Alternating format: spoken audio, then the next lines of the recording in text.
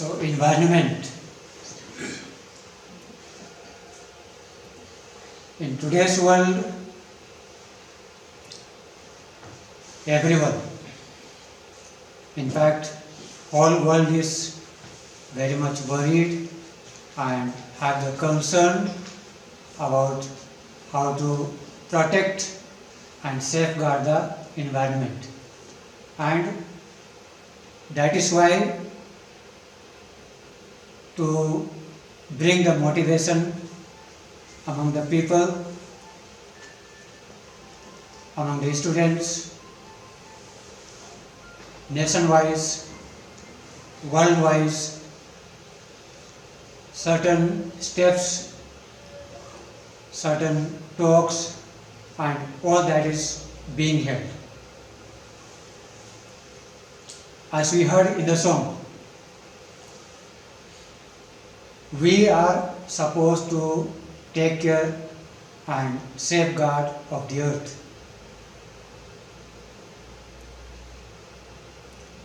When we take care of the environment,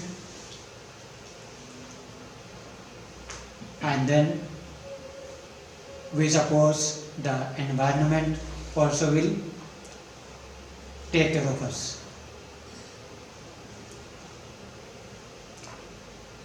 Today, everywhere, and that is why keeping in view that students from the beginning, they have some sort of knowledge, some sort of awareness. In the education system also, this environment education or EVS as a subject is introduced. So today we'll talk about what is environmental education, what does it mean, and what are the scope of the environmental education, and also why this environmental education is important.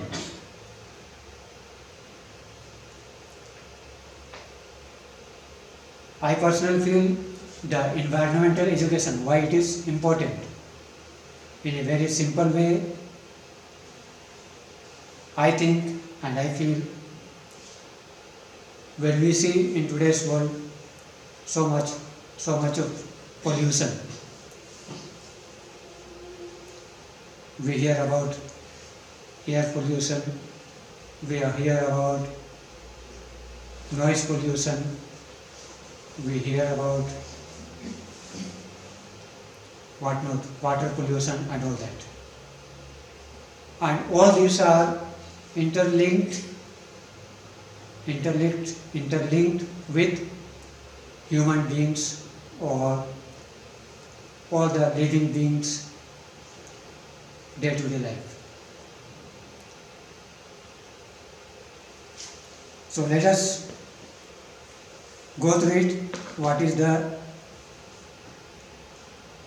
environmental education? Environmental education is a process that allows individuals to explore environmental issues, engage in problem solving, and take action to improve the environment. As a result, individuals develop a deeper understanding of environmental issues and have the skill to make informed and responsible decisions.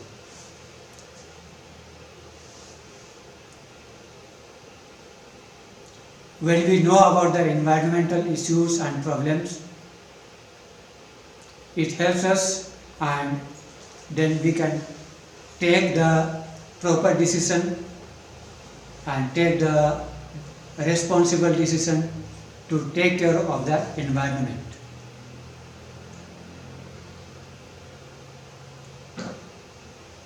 The components.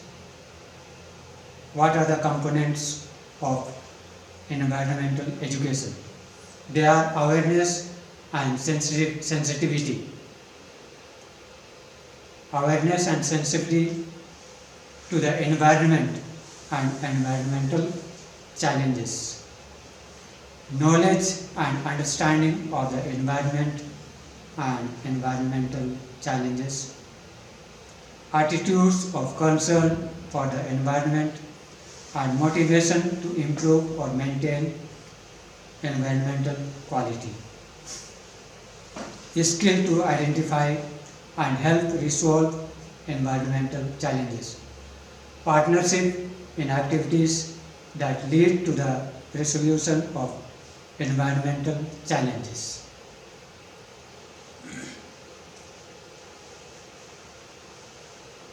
When we come to know about the environmental issues and when we try to take the responsible decision from our part, we need to have the attitude and concern for the environmental issues and to maintain and improve the quality of environment.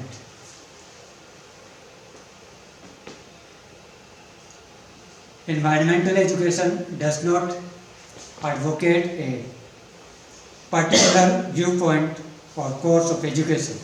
Rather, environmental education teaches individuals how to weigh various sides of an issue through critical thinking, and it enhances their own problem solving and decision making skill.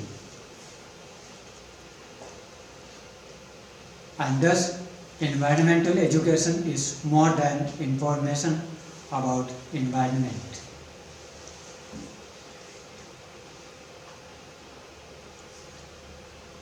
Now, what is the difference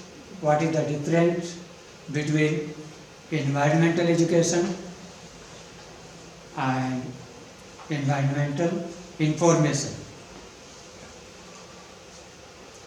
EE versus EI, environmental education versus environmental information.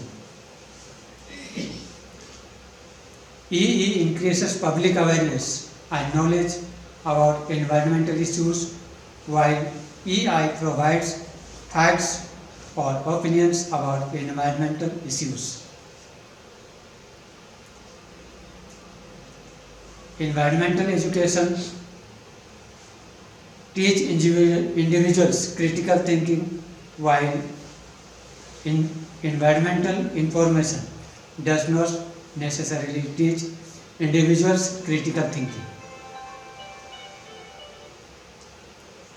Environmental education does enhance individuals' problem solving and decision making skill, while environmental information does not necessarily enhance individuals' problem solving and decision making skills.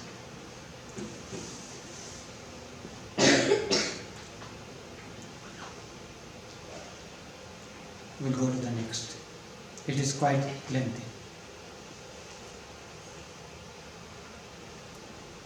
Environmental education is not limited to issues of sanitation and health, but it is now concerned with pollution control, biodiversity conservation, waste management, and conservation of natural resources. This requires experts' eyes and hence are creating new job opportunities. The opportunities in this field are immense, not only for scientists but also for engineers, biologists. There is a good chance of opportunity to fill a job in this field as environmental journalist. Environmental science can be applied in the following ways. Ecosystems, structure and functions. Before this,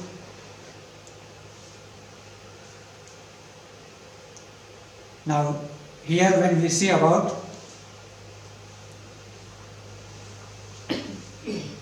when we talk about environment, we see pollution control, biodiversity conservation, waste management, conservation of natural resources. When we come to the, or when we talk about the pollution control, many state governments and central governments, they also talk about, they also bring time to time some sorts of rules and regulations to control the pollution. And that is why at present we are very much aware of it, that we have to, when we use the two-wheelers or four-wheelers, we have to have our what's called pollution certificate. We need to, every after 3 months or 6 months, we need to get the certificate. If we don't have that certificate, we may be fined and all those things. All these type of rules and regulations come from the state government or central governments from time to time in order to protect or to reduce the pollution. Similarly, when we talk about the waste management and conservation of natural resources, natural resources are being reducing or being reduced every day in our day-to-day life, and that is why to keep the balanced ecosystem, now it is the what's called demand of the time that these natural resources have to be used very carefully and very carefully and with utmost care, so that the natural resources that can be preserved for the next generation.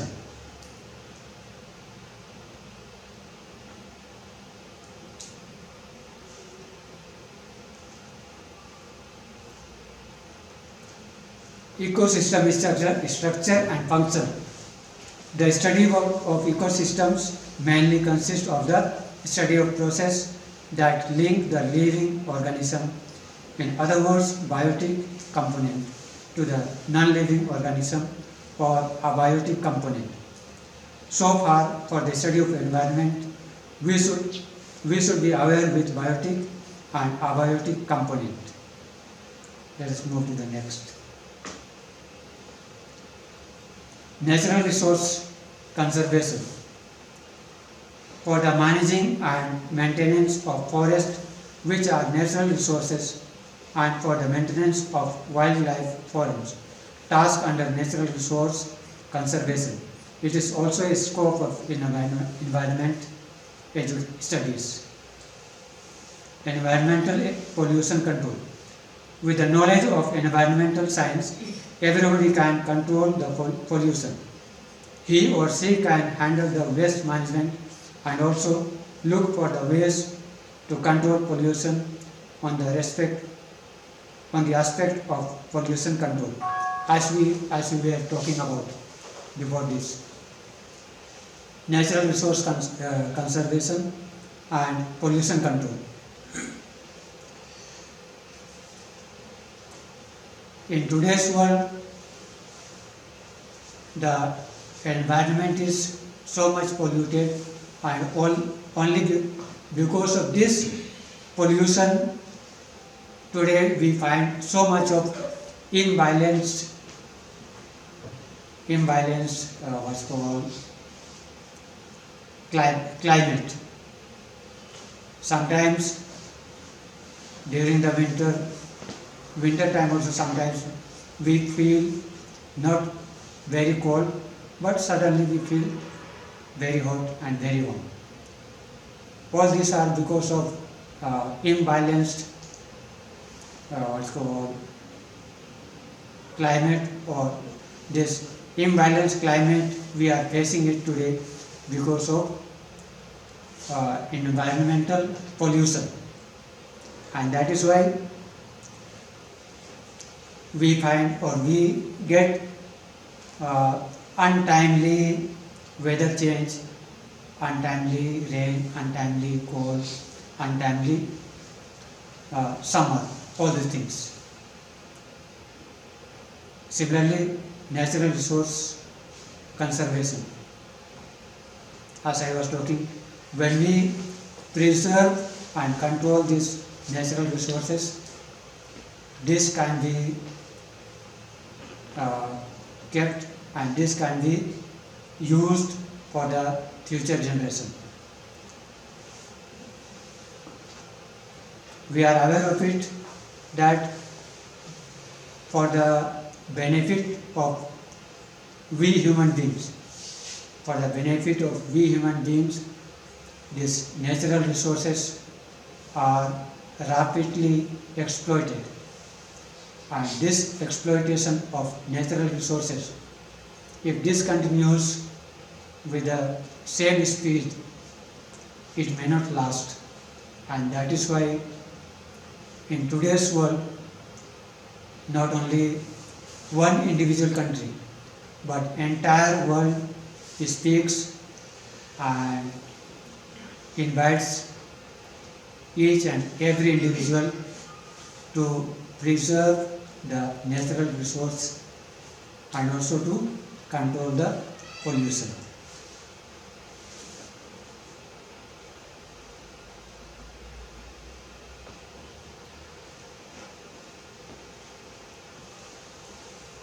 Environmental management.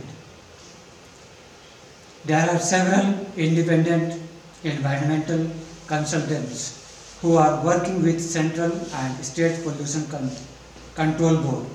They offer advice to solve the problems of environment, the optimum solution for the upcoming problems. They give direction for controlling pollution due to industrial development. These are several current consultants who are working with government pollution control boards involved in policy making, pollution control, maintenance of ecological balance. So, in order to manage the environment, state governments and central governments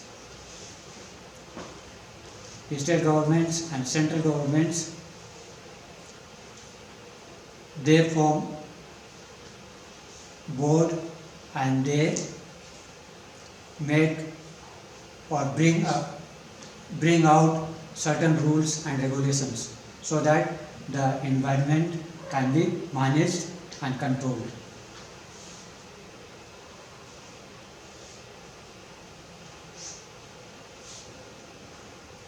Time is getting over.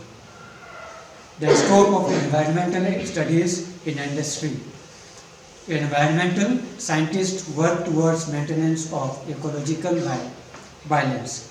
They also work towards conservation of biodiversity and regulation of natural resources as well as on preservation of natural resources. Most of the industries have a separate environmental research and development section. These sections govern the impact that the industry has on the environment. Our environment is being degraded by the rapid industrialization. To combat this, there is a growing trend towards manufacture of green goods and products. So we can say that there is a good scope in the field of industry from environmental studies.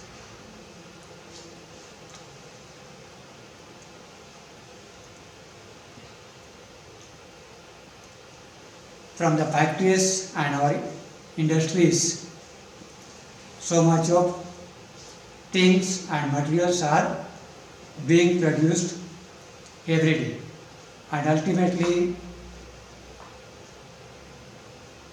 the waste materials, that is what's called directed towards the seas and rivers, and also the manufactured goods that we use one day or the other day, that it becomes waste, and that also leads to the pollution. And that's why these days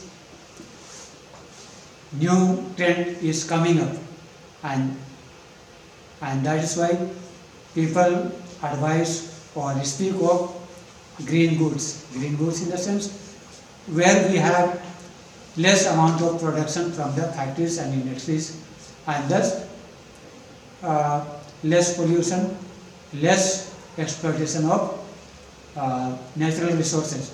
That's why sometimes we hear about paperless work, where we don't have to use pen and paper, and after the use of the paper we don't have to burn it.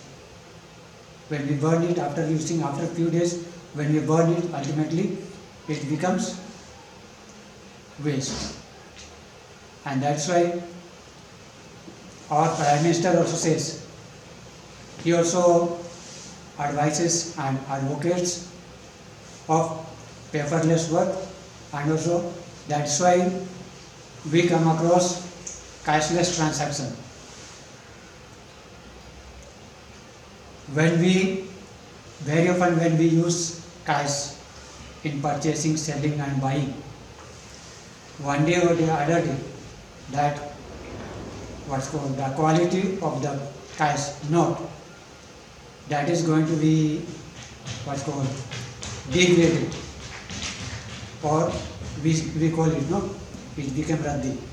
So ultimately that has to be deposited in the bank, and then again it will go to the bank, and ultimately, of course, for our purpose it will be useful, but at the end that is also going to be waste. And that is why these days also trend has come up, paperless or cashless. And that is why now many NGOs also try to bring about and suggest various issues, various opinions, various thoughts how to take care, safeguard and protect the environment. Now, importance, why it is necessary and why it is important to have the environmental education. It helps to maintain ecological balance by providing basic knowledge of environmental systems and their process. By giving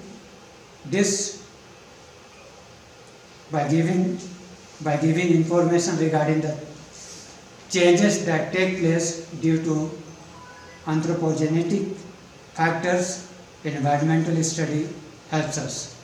It also helps to gain a skill in using techniques to analyze various environmental systems and their